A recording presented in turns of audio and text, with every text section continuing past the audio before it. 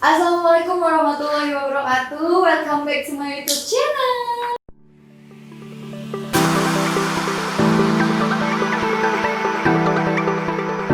Nah, kali ini aku di sini menjalankan janjiku untuk ngebahas sesuatu yang udah kita tunggu-tunggu, yaitu mengenai fetish. Jadi kemarin aku sempat di kolom Instagram aku membuat pertanyaan apa aja nih yang mau dibahas tentang fetish, karena akhir-akhir ini booming banget masalah fetish bungkus membungkus. Tapi tenang, bukan hanya bungkus membungkus yang dibahas di sini, tapi lebih ke sisi fetish itu apa. Jadi supaya nggak menerka-nerka, banyak banget komen-komen yang bilang fetish itu apa sih? Kenapa dia suka kayak gitu, apa penyebabnya. Nah, kita kan nggak boleh menduga-duga dan sembarang mendiagnosis orang atau mengejudge orang. Jadi mending kita bertanya langsung bersama ahlinya. Ada Bapak Jelang di sini. Halo. Bapak Jelang ini psikolog klinis. Jadi aku lagi di Jogja dan aku main ke progresif psikologi. Nah, jadi sekalian menambah ilmu. Untuk itu sebelum mulai video ini, jangan lupa buat like, comment, and subscribe di video YouTube channel aku. Oke guys, sebelum itu kita mau kenalan dulu nih sama psikolog yang bakal jadi narasumber kita hari ini untuk membahas semua tanda tanya besar mengenai fetish. Wah, tanya besar ya. Harus agak-agak ini ya, diperbola sedikit. Bapak boleh perkenalkan diri dulu, Pak? Ya, halo semua. Perkenalkan nama saya Jelang Hardika. Biasa dipanggil Jelang. Mungkin teman-teman agak ini aneh. Oh, namanya langka sekali nih. Jadi kalau bicara artinya ya, menjelang hari kemerdekaan. Jelang maghrib, bentar lagi. Iya, jelang maghrib, jelang isya. Oke. Oke, saya S1-nya di UMM, psikologi. 2010 sampai 2014. Sangkatan ya? Enggak. Kemudian lanjut di UNAK Surabaya 2015 sampai 2018. Dan bekerja di Jogja. Dan sekarang buka konsultan psikologi ya Pak? Betul. Progresif psikologi, kalian bisa langsung cek aja Instagramnya progresif psikologi, karena aku banyak belajar dari situ jujur. Di situ banyak info-info tentang psikologi. Jadi kemarin banyak juga Pak yang nanya ke Deska, Kak, Instagram mengenai psikologi itu apa? Ilmu-ilmu psikologi, banyak yang tertarik gitu Pak. Makanya tahu kalian progresif psikologi Instagramnya. Langsung aja. Saya endorse. Ini aku deg-degan langsung berbicara sama CEO-nya soalnya ya. Jadi hari ini kita ngebahas tentang fetish nih Pak. Oke, siap. Anda tahu belum Pak masalah berita-berita mengenai fetish yang Iya, betul sekali. Jadi karena satu orang bersuara, jadinya banyak yang mengungkapkan ternyata bukan satu orang aja yang merasakan akibat dari fetish ini. Nah, jadi ini sebenarnya ada dalam psikologi ya Pak mengenai fetish ini. Jadi aku pengen langsung mengajukan pertanyaan yang telah kalian tulis di kolom komentar. Kemarin udah banyak yang nanya nih Pak, apa sih fetish itu Pak? Oke, jadi definisi dulu. Yes, definisi dulu. Fetish ya, itu nama yang agak terdengar ya, hot-hotnya. Mungkin nggak terdengar dengan exhibition, pedofilia, Iya, benar. tapi itu satu kelompok. Nah, namanya kalau dalam PDGJ, jadi PDGJ itu pedoman, penggolongan, diagnosis gangguan jiwa. Nah, yang digunakan oleh psikolog dan psikiater untuk pendiagnosa. Nah, jadi masuk gangguan parafilia. Oke. Parafilia itu apa? Parafilia adalah berasal dari bahasa Yunani. Para artinya itu hal yang terlarang, gitu kan, menyimpan. Kemudian filia, mencintai. Jadi mencintai hal yang menyimpan, gitu kan. Nah, fetish itu sendiri adalah orang yang suka memuaskan seksualnya dengan barang-barang yang biasanya digunakan oleh manusia, ya, seperti pakaian, celana, kaos kaki, sarung tangan dan sebagainya. Seperti itu. Lebih ke benda-benda mati itu dalam BDGJ, DSM itu diagnosis seperti manual. Tuh, jadi yang sering terdengar pedofilia itu udah sering terdengar ya Pak. Ternyata fetish ini termasuk dalam golongan itu juga sebenarnya, parafilia. Ilmu baru lagi ya guys. Jadi sebenarnya ya itu memang terdengar aneh, tapi sebenarnya udah ada dalam buku PPDGJ tadi ya. Pak ya. Juga ada yang bertanya nih Pak, gimana sih cara mengetahui kalau orang itu mempunyai fetish atau tidak gitu. Jadi kan kita apabila kita tahu, kita jadinya bisa oh ini ada ya berhati-hati benar. Itu ada nggak Pak tanda-tanda yang minimal kecil aja yang bisa menunjukkan bahwa atau arah kemana dia? Untuk melihat itu kita harus melihat gejala-gejalanya, gitu kan? Dimana dia ketika ada dorongan, fantasi atau perilaku seksual, dia menggunakan benda-benda tersebut untuk memuaskan, gitu kan? Ketika kita mungkin tidak melihat gejala seperti itu akan sulit mendeteksinya. Karena kan kadang orang seperti itu kan dia karena ini nggak ada korban dari orang lain. Beda dengan sadomasochisme, dia menyakiti orang lain atau mungkin exhibition, ya kan? Dia menunjukkan kelaminnya pada perempuan, gitu kan? Ada korbannya. Nah kalau ini kan dia sendirinya, ya kan? Dimana dia juga akan sangat sulit ketika si orang ini nggak cerita atau mungkin kita nggak melihat kejadian itu. Jadi caranya adalah kita tahu dulu nih apakah itu muncul seperti itu. Oke. Jadi juga banyak juga motifnya yang sampai orang tuh nggak sadar kalau misalnya dia itu sedang jadi korban dari fetish atau apa gitu ya Pak. Sampai kemarin itu yang di suatu kampus juga bungkus-bungkus itu kan dengan motifnya riset tadi orang gampang terpengaruh ya Pak. Jadi sebenarnya kita harus lebih peka lagi sebenarnya Pak.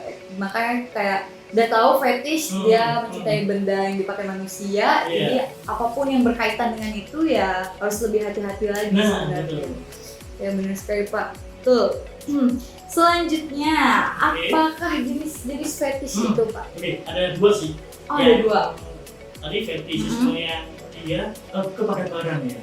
Digunakan barang itu digunakan untuk memuaskan, untuk masturbasi, gitu kan? Atau menggunakan barang lawan jenisnya. Ini fetishisme. Ada fetishisme trans yang berbeda, berlawanan, gitu ya. Dimana misalnya cowok ya, dia akan lebih terangsang menggunakan pakaian wanita. Terus dia membayangkan wanita tersebut, terus melakukan masturbasi.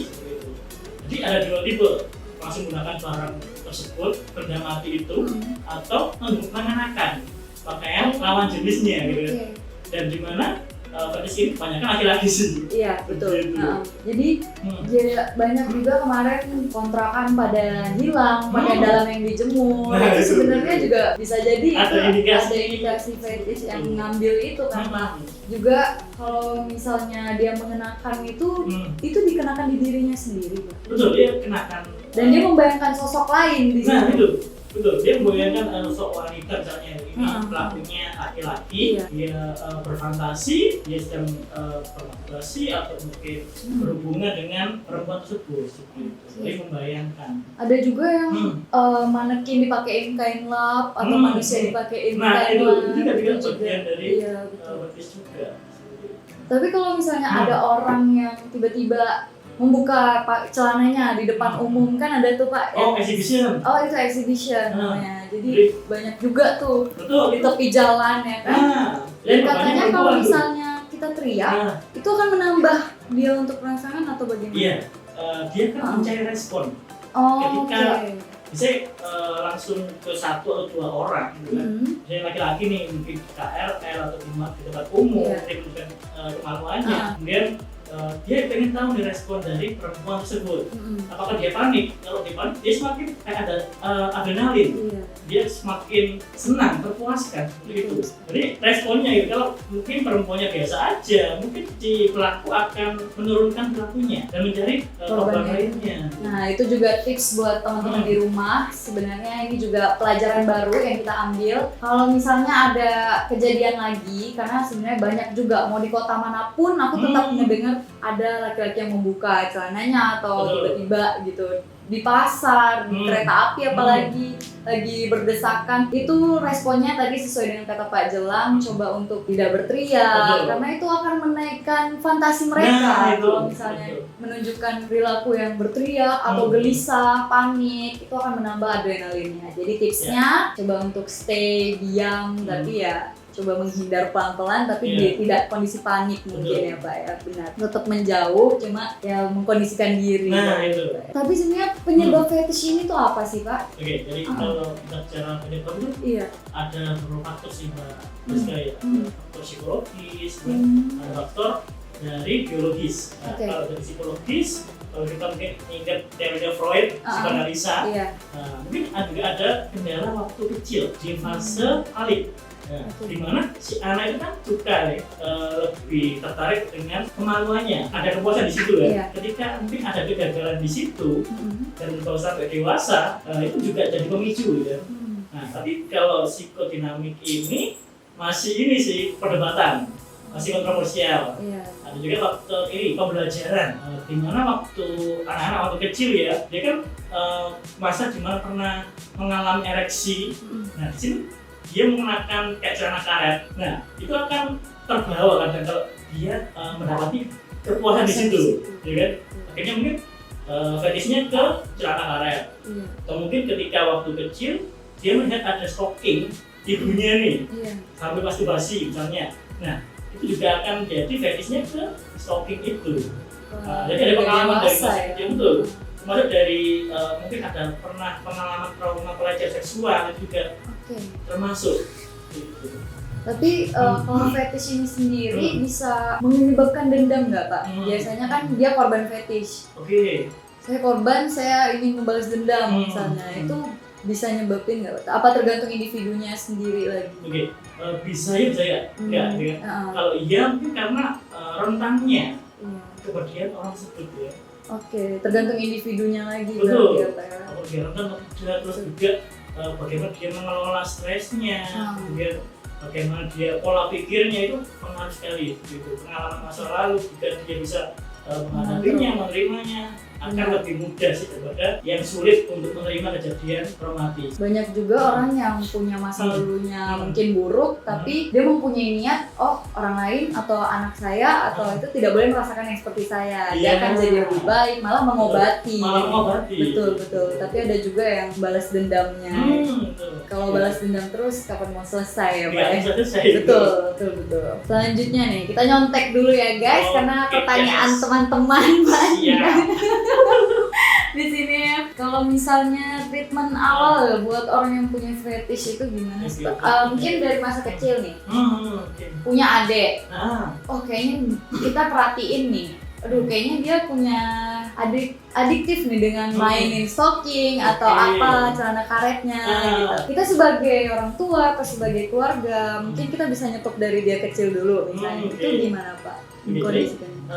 ada namanya itu kan ketika toy training. Oh oke. Nah, ketika anak di masa valid, sesuai teorinya Freud, Iya. di mana dia puas dengan ketika mendapatkan dari kemaluannya, gitu kan, kita bisa mengontrolnya ketika dia ingin kayak pipis, gitu kan, ada waktu tertentu untuk mengeluarkan, ada untuk menahan, gitu kan. Jadi kapan sih ketika mungkin kebetulan seperti itu kan, itu di masa valid ya. Kemudian ketika perilaku itu kita bisa dari ini pola asuh orang tua.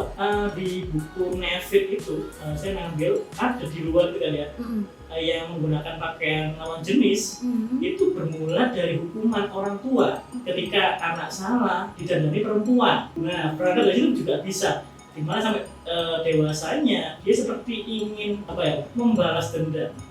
Pola Dengan asuh cara- tadi. Betul, jadi ingin menguasai bahwa lawan jenis ini bisa kok dilakukan ya kan, dimana saya bisa menggunakan pakaian wanita tapi bisa kayak terangsang, tetap bisa masturbasi seperti itu, dia merasa berkuasa seperti itu karena dipermalukan waktu Betul. dia itu. Jadi pola asuh itu juga penting sekali. Itu udah yang awalnya malu malah jadi melekat sama Nah, dia. malah ya. dia berusaha untuk Benar, Gitu. bersatu dengan itu. Nah. Benar, benar. Jadi emang terpenting itu ya balik lagi ke keluarga, rumah tadi ya Pak ya. betul sekali. Kayak support gitu. Nah. Sebenarnya bisa dihentikan dari ciri-ciri dari kecil itu bisa dilihat ya Pak ya. Betul. Mumpung masih kecil bisa kita training. Sebenarnya untuk seks edukasi untuk anak itu minimalnya umur berapa sih Pak?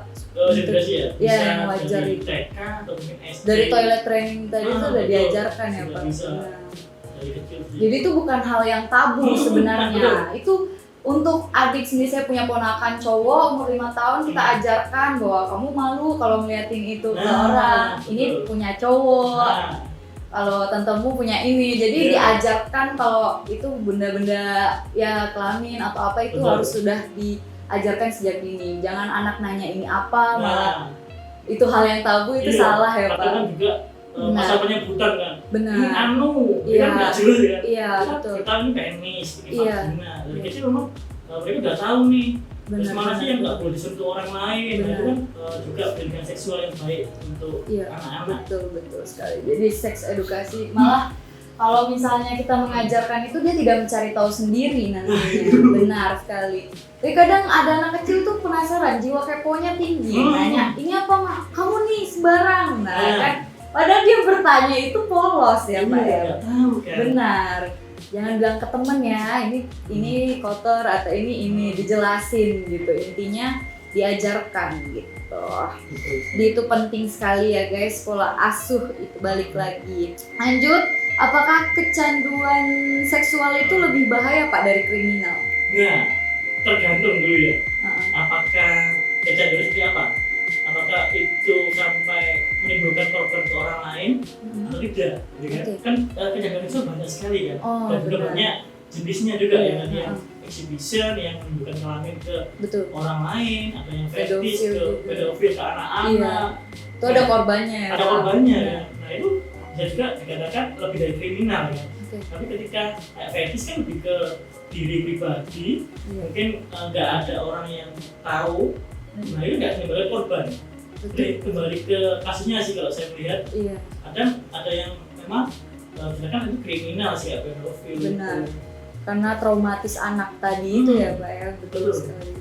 Itu udah termasuk kriminal, cuman kan kalau fetish ini tidak, maksudnya korbannya itu sebenarnya nggak bisa kita golongkan besar, oh ini kriminal gitu. Jadi balik lagi. Kembali ke tingkat kasusnya, jenis kasusnya. Betul. Selanjutnya nih, cara menangani korban fetish agar tidak trauma Pak. Korban fetish ya. Mungkin sebagai teman dulu deh, tetap sebenarnya caranya kan tetap aja ke profesional. Kalau misalnya dia udah butuh, ya banyak konsultan psikologi silahkan dateng gitu kan Pak. Cuman untuk karena kalian teman mungkin dan kalian tahu langkah awal tuh gimana sih Pak? Bisa dengan ini sih kita saling sharing ya. Jadi benar. Ketika jadi korban fetish, kamu cerita aja ke teman yang dipercaya sepenuhnya apa yang dirasakan. Jadi dilepaskan dulu emosinya. Jangan sampai terpendam, takut, terus sampai ke orang lain pun sama gitu kan. Jadi dikeluarkan semuanya, sedih pun nggak apa-apa, suruh nangis aja dulu gitu kan. Mungkin kecewa silakan. Jadi emosi dikeluarkan dulu, tidak mungkin dikeluarkan marah, mungkin ingin marah waktu itu nggak bisa tertahan, sampaikan dulu. Nah setelah itu baru apa sih yang dirasakan tuh? Setelah dia bisa menerima itu sehingga udah selesai, atau mungkin ada traumatis gitu kan? Mungkin ada traumatis baru deh. Ketika kita nggak bisa, baru kita refer ke profesional gitu kan. Tapi kalau langkah kita sebagai teman adalah mendengarkan dulu nih, mendukung ya, dan jangan menjudge gitu kayak kamu sih nggak gitu sih, malah jadi korban. Benar.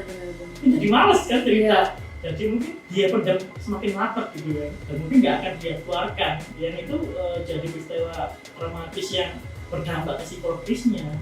Jadi banyak banget korban yang udah bercerita, namun responnya kayak kalau gue jadi dia sih nggak bakal gini. Kenapa sih lu mau aja? Itu kan menyebabkan luka sebenarnya. Perkataan-perkataan kalau emang tidak bisa untuk membantu, mungkin cukup diam dan arahkan. Saya nggak paham, maaf, bisa lebih ke profesional aja gitu. Daripada mengeluarkan kata-kata yang menurut kalian biasa aja, sebenarnya itu menyebabkan luka lagi. Gara-gara satu orang, dia bisa aja nggak ada yang percaya sama gue. Padahal baru satu orang yang ngebilang kayak gitu ya Pak. Itu pokoknya mengeneralisir. Benar banget, mengeneralisir kayak semua cowok sama aja ya kan. Semua cowok salah. Padahal baru disakitin sama temennya satu orang. Disamakan semuanya. Sama kasusnya sama, biar gampang ya. Jadi sebenarnya Pertanyaannya sih banyak yang kepo masalah apa itu fetish dan sudah saya tanyakan dari tadi. Dan satu lagi nih pertanyaan terakhir nih, bisa nggak Pak anak pesantren yang nggak pernah ketemu cewek jadi faktor untuk fetish? Jadi pesantren yang cowok ya? Iya.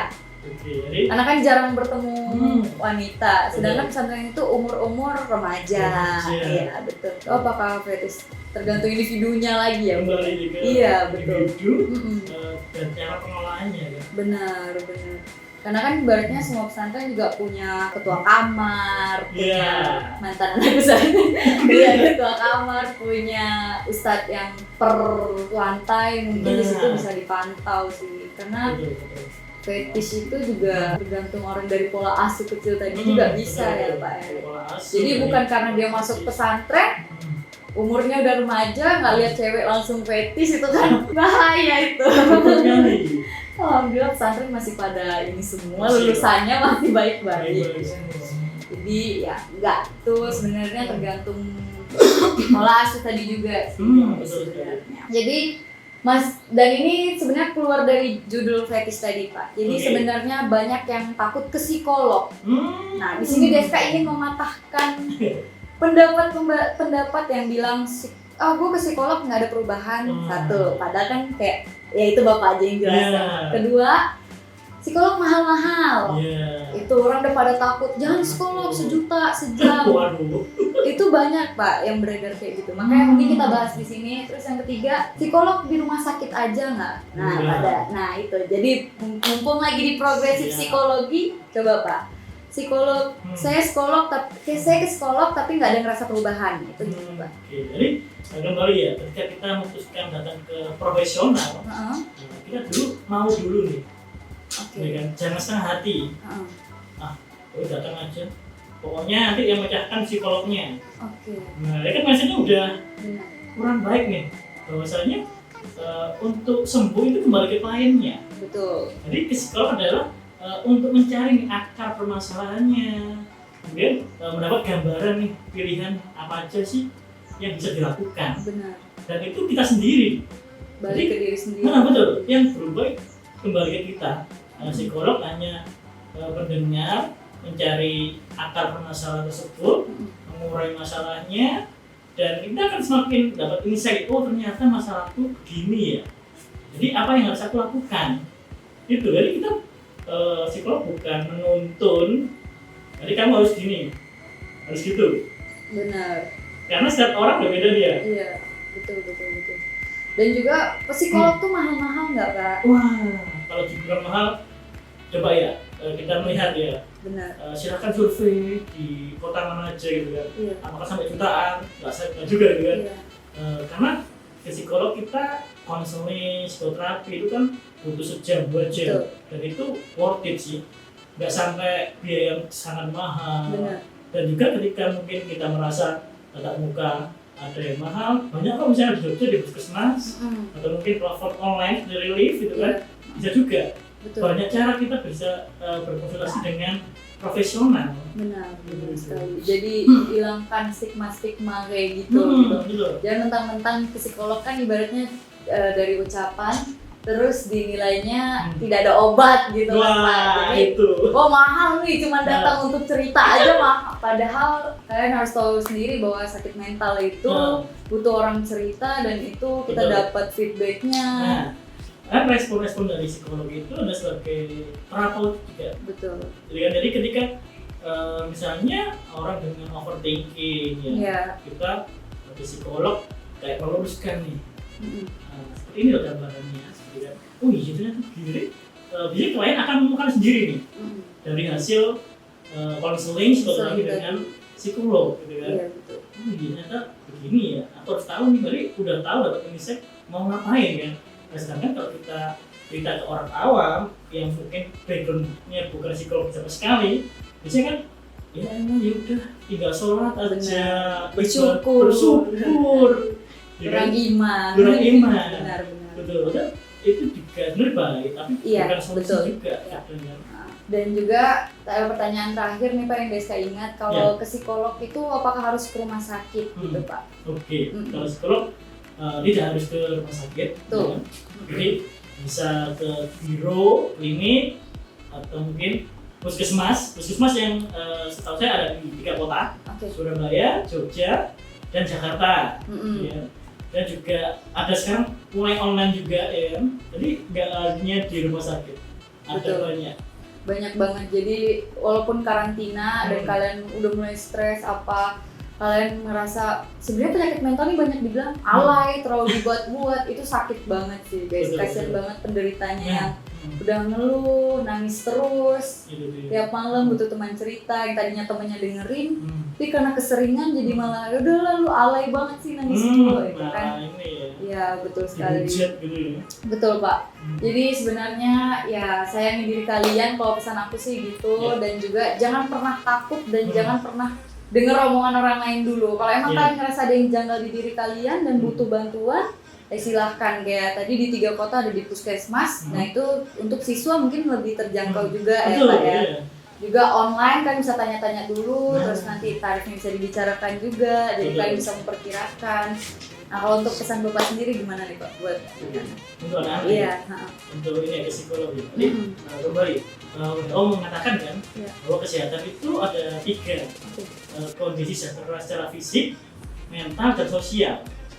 Jadi sehat itu nggak cuma faktor fisik aja, benar. mental itu juga pengaruh. Jadi itu terbukti juga ya bahwa banyak orang depresi, rumah sakit jiwa banyak skizofrenia.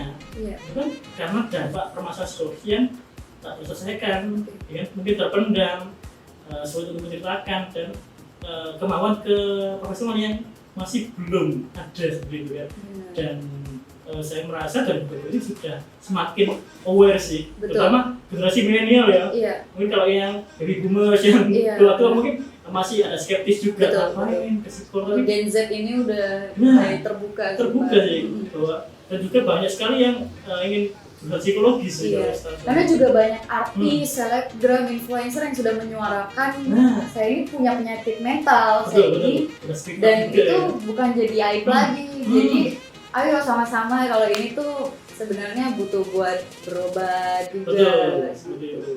Ya alhamdulillah sih sekarang udah banyak yang tercerahkan ya Pak ya. Oke.